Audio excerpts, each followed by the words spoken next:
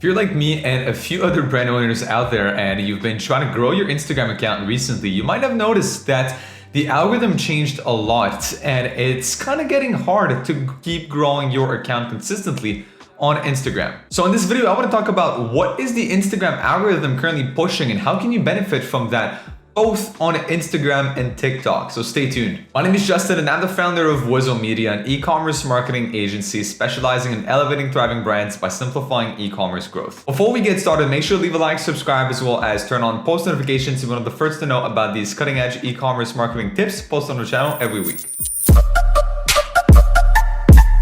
So the other day I was on a client bi-weekly call with one of our clients here at the agency and they asked me, hey, do you guys know what is happening right now with the Instagram algorithm and what can I do to keep growing on the platform, right? That brand owner actually used to simply use hashtags and that was enough to fulfill and propel their growth on the platform. But now they've kind of become stagnant. The growth curve has flattened on the platform. So I want to talk about in today's video what you can actually do to help spike back up the growth curve on Instagram and how can you also do the same thing on TikTok. And here's the trick.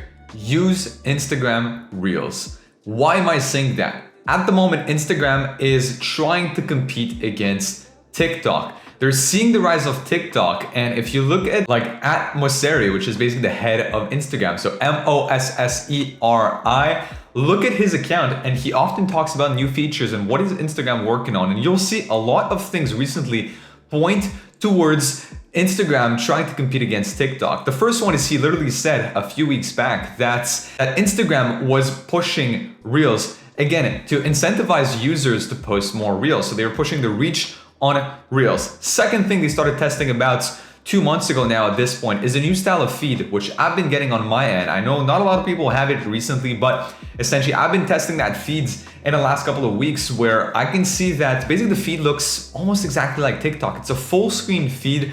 All the pictures, everything basically is 9:16. So if you look at regular feed pictures, they appear cropped because again, they've kind of extended the look of a regular feed post, but all Reels are now full screen on the platform. So they keep upgrading the Reels features, they keep upgrading the organic feed contents, and it all points towards the use of Reels. So I myself only have about 1,500 followers on Instagram. So considering, the size of many accounts out there, I don't have a lot of followers, but when I look at my Reels, basically in the last 4 months, I've been focusing a lot on using Instagram Reels for my own personal brand. And this is literally all of the traffic that comes to my profile. All of the new traffic and all of the followers that I get are entirely from my Reels. Literally, all of my followers come from my Reels. That's what I saw in the stats on my profile. And if we take a look at some of my Reels, I have some at 2,600 views. I even have some exceeding 5,000 views on my Reels. Again,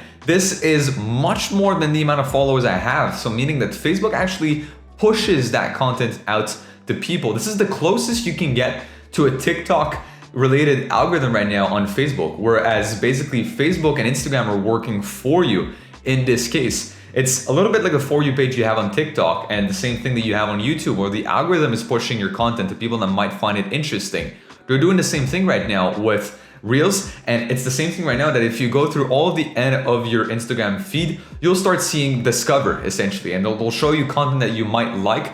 And again, a lot of that is usually Reels. So Reels are great right now to use on Instagram. And that leads me essentially to my overarching point in this is one piece of content can propel your growth simultaneously on 2 different platforms. So basically, if you make a UGC piece of content, or in other words, the type of content that would appear on TikTok, something trendy, so you're using a trending sound, or you're just repeating a trend, which what I mean by trend is the style of video. You see a lot of people, sometimes they use this combination of same sound, and as an example, POV of, something, right? Your POV of an online brand owner, right?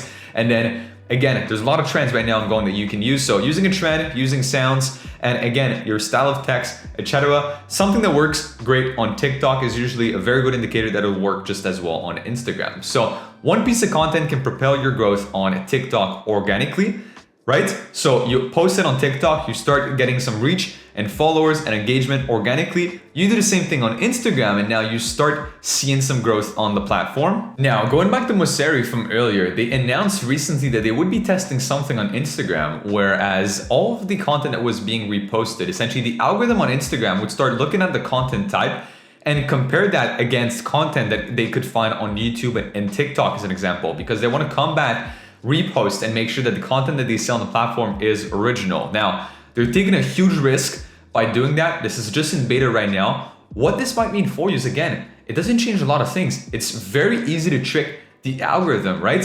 Only thing you have to do as an example is remove the sound that you have from the video and add the same sound back on Instagram manually through their sound library, right?